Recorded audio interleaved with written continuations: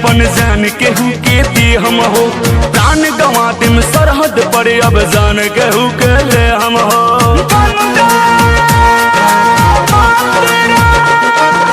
दिल दे दिले बानी अपन जान केहू के दे हम हो, प्राण गंवा दिम सरहद पर अब जान केहू के ले हम हो। भारत बा सोना के चिड़िया, भारत बा सोना के चिड़िया होला यादरम। तुहरी खातिर वतन हम करम हर करम, तुहरे खातिर वतन हम करम हर करम। वंदे मातरम वंदे मातरम वंदे मातरम वंदे, वंदे मातरम वंदे मातरम वंदे मातरम वंदे।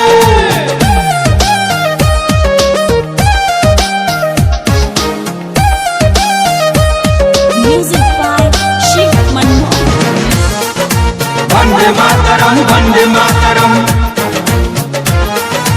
वंदे मातरम वंदे मातरम।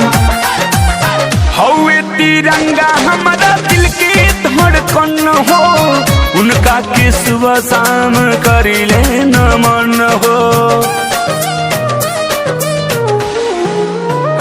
हाय जे भी झुकावल चाही जिंदा जला देम, एही धरती में कर देम दफन हो।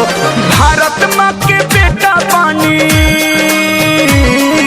भारत माँ के बेटा पानी दुश्मन से लड़म।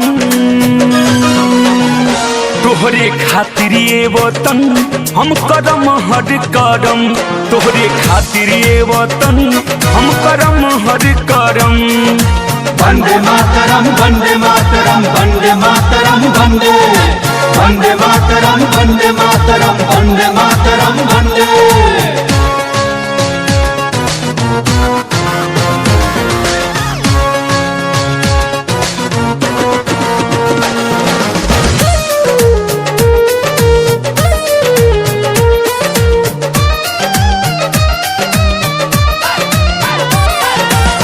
अजय चंदेश्वर को पीछा न रही, दुश्मन के अनबान कबहू न सही।